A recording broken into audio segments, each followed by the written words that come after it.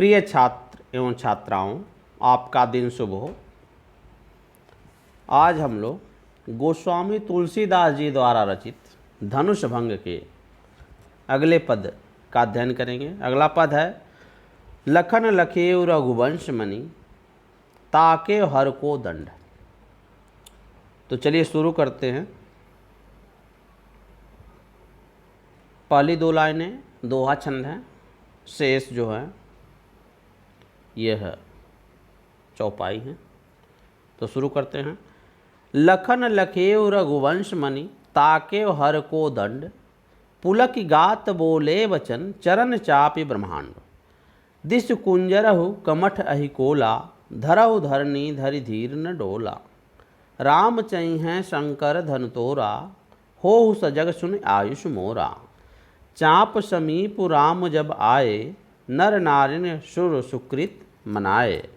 सब कर संशय अरु अज्ञानु, मंद महीपन कर अभिमानु। भृगुपति केरि गर्भ गरुराई, सुर मुनि वरनह केरि कदराई। सिय कर सोच जनक पछतावा, रानिह कर दारुण दुख दावा। शंभु चाप बड़ बोहित पाई, चढ़े जाय सब संग बनाई। राम बाहुबल सिंधु अपारु, चाहत पारु नहीं कोहु कढ़ारु। व्याख्या से पूर्व इसके शब्दार्थ को देख लेते हैं, कठिन शब्दों को। लखन लक्ष्मण, लखीव देख, रघुवंश मणि श्री रामचंद्र जी। ताके माने देखना, हर माने शिव जी, कोदंड माने धनुष, पुलक माने रोमांचित, गात माने शरीर, चरण माने पैर, चाँप माने दबाकर। दिश कुंजरहु दिशाओं के दिग्गज या रक्षक। कमठ, कमठ माने कच्छप। अहि माने शेषनाग, कोला माने वाराह, धरहु माने पकड़ लें, धरनी माने धरती, धरि धीरे धैर्य धारण कर, चहिं चाहते हैं, शंकर धनु, शंकर माने शंकर जी की धनुष। होहु सजग, सतर्क या सावधान हो जाए। आयुष, आयुष माने आज्ञा, चाप माने धनुष। नर नारी, नर और नारी। सुकृत पुण्य कार्य, अच्छे कार्य। संशय संदेह, अरु अज्ञानो और अज्ञानता। मंद, मंद माने मूर्ख। महीपन राजाओं का। अभिमान माने घमंड। भृगुपति, भृगुपति माने परशुराम। गर्भ गरुराई, गर्व की गुरुता। कदराई माने कातरता, सोच माने चिंता। दारुण माने कठिन। शंभु चाप माने शिव धनुष। बड़ बोहित माने बड़ी जहाज। बाहुबल माने बाहों के का बल।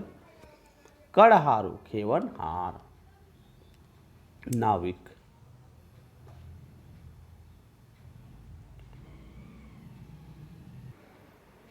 तो व्याख्या को देखते हैं। लखन लक्ष्मण जी, लखे माने देखना, तो लक्ष्मण जी देखे।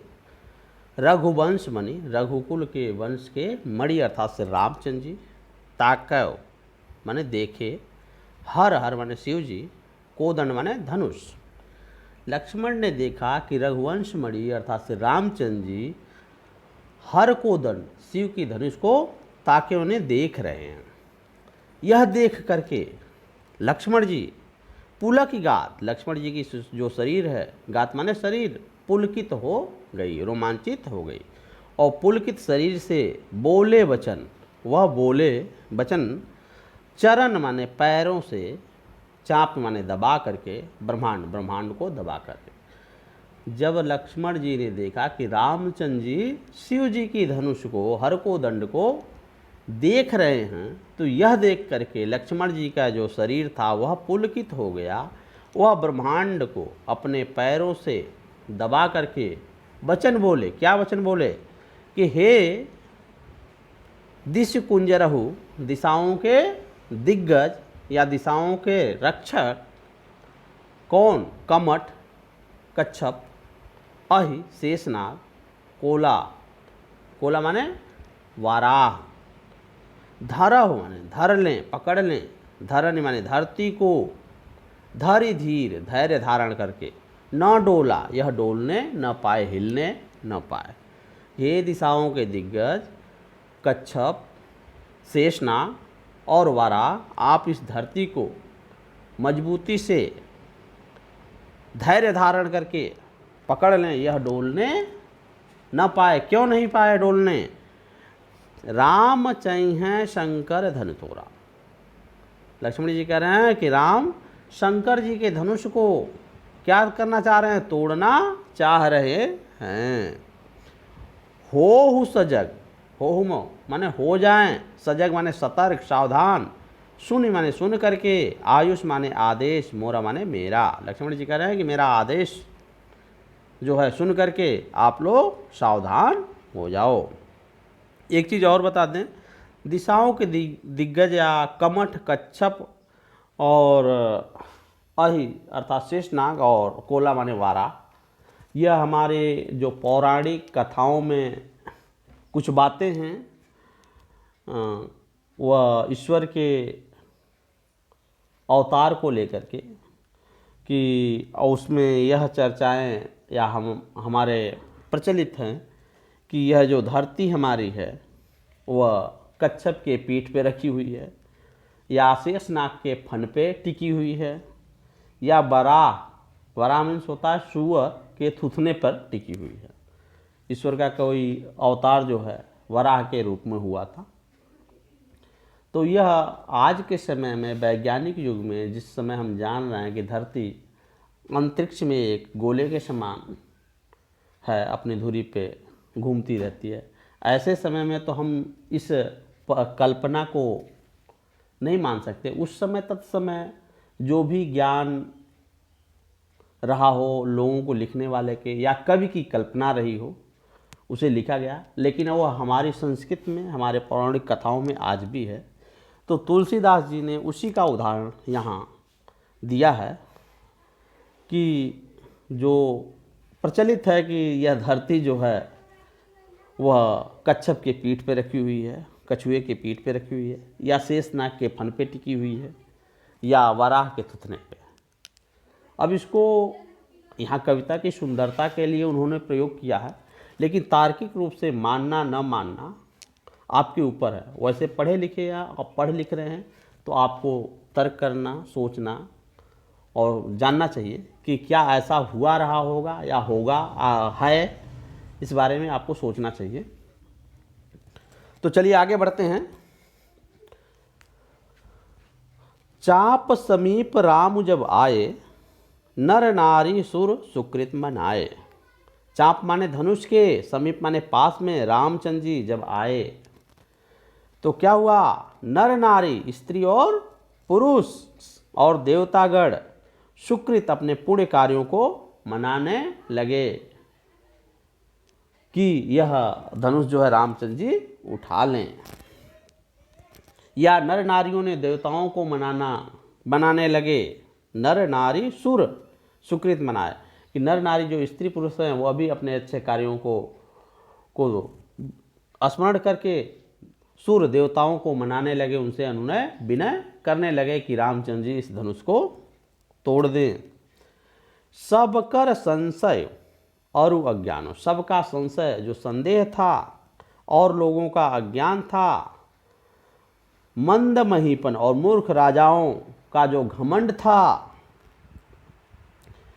भृगुपति केरी गर्भ गरुड़ाई, और परशुराम के गर्व की गूढ़ता थी कि हमारे शिष्य हैं वह सुर मुनिवर्ण के केरी कदराई, और देवताओं और मुनियों की, मुनिवर्ण मतलब मुनियों की और देवताओं की कातरता भी सिय कर सोच जनक पछतावा। सीता जी की चिंता और जनक जी का पछतावा कि मैंने कैसा यह हठ ठान लिया है, यह पछतावा। रानी कर दारुण, और रानी का जो है दारुण माने कठिन, दुख रूपी, दाव माने अग्नि, और रानी की दुख रूपी अग्नि। शंभुचाप बड़ बोहित पाई, शंभुचाप शिव की धनुष रूपी बड़ बोहित, बड़ी जहाज पा करके, चढ़े जाय सब संग बनाए, जा कर के यह सब उस पे किस पे बड़ी जहाज रूपी शंभुचाप शिव धनुष पर के सब संग बना करके जाके चढ़ गए। कौन कौन लोग?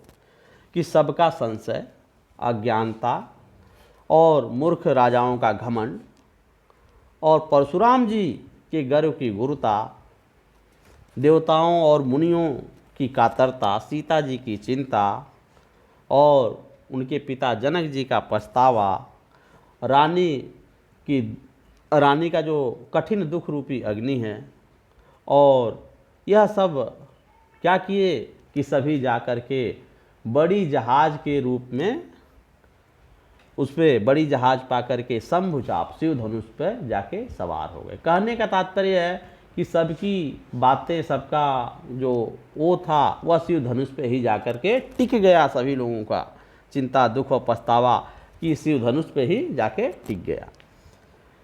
राम बाहुबल सिंधु अपारो, और राम के बाहुबल से, बाहों के बल से सिंधु अपार, अपार सिंधु से चाहत पार, पार उतरना चाहते हैं। नहीं कोहु कड़हारो, कोई कड़हारो माने नाविक, खेवनहार नहीं है। तो अब सभी जो हैं रामचंद्र जी के समुद्र रूपी अपार बाहुबल के भरोसे के सहारे वह बड़ी जहाज से पार पाना चाह रहे हैं, लेकिन उस नाव का कोई खेवन हार नहीं है। पुनः एक बार और देखते हैं इसे। संदर्भ, यह पद्यांश हमारी पाठ्य पुस्तक के तुलसीदास जी द्वारा रचित धनुष भंग नामक पाठ से लिया गया है। इस पद्य में तुलसीदास ने सीता स्वयंवर में शिव धनुष उठाने के लिए मंच पर श्री राम के उपस्थित होने पर लक्ष्मण जी के मनोभावों का सुंदर वर्णन किया है। व्याख्या, गोस्वामी तुलसीदास जी कहते हैं कि जब श्री रामचंद्र जी ने शिव जी की धनुष की ओर देखा तो यह देखकर लक्ष्मण जी का शरीर अत्यधिक रोमांचित हो गया और संपूर्ण ब्रह्मांड को अपने दोनों चरणों अर्थात पैरों से दबाकर लक्ष्मण जी बोले। क्या बोले? आगे देखते हैं कि हे दिग्गजों, हे कच्छप, हे शेषनाग, हे वरा, धैर्य धारण करके इस पृथ्वी को पकड़ लो जिससे यह हिलने न पाए। श्री रामचंद्र जी शंकर जी के धनुष को तोड़ना चाहते हैं, इसलिए आप सभी लोग मेरी इस आज्ञा को पा करके सावधान हो जाएं। श्री रामचंद्र जी जब इस शंकर जी के धनुष के समीप आए तब सभी उपस्थित स्त्री पुरुषों ने, देवताओं ने अपने पुण्यों को मनाया अर्थात उसका स्मरण किया।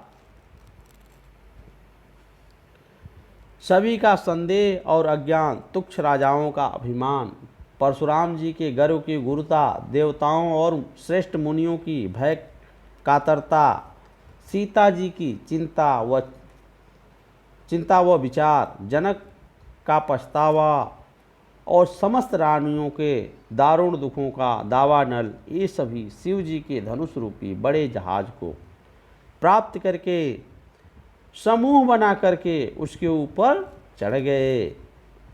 श्री रामचंद्र जी की भुजाओं के बल रूपी अपार समुद्र से पार पाना चाहते हैं, परंतु उनके साथ कोई नाविक नहीं है।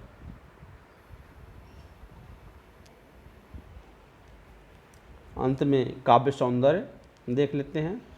भाषा अवधि है, शैली प्रबंध और वर्णनात्मक है, रस वीर और शांत है, छंद जो है दोहा और चौपाई है, अलंकार अनुप्रास, उपमा और रूपक का मिलाजुला प्रयोग है, गुण ओज और प्रसाद है।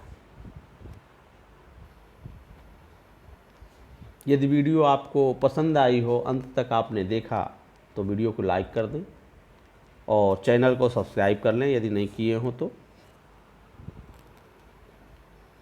धन्यवाद।